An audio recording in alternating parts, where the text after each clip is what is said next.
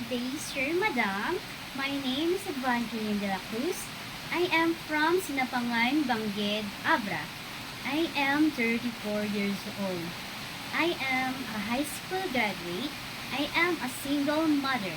I have two sons, aged 13 and 15 years old.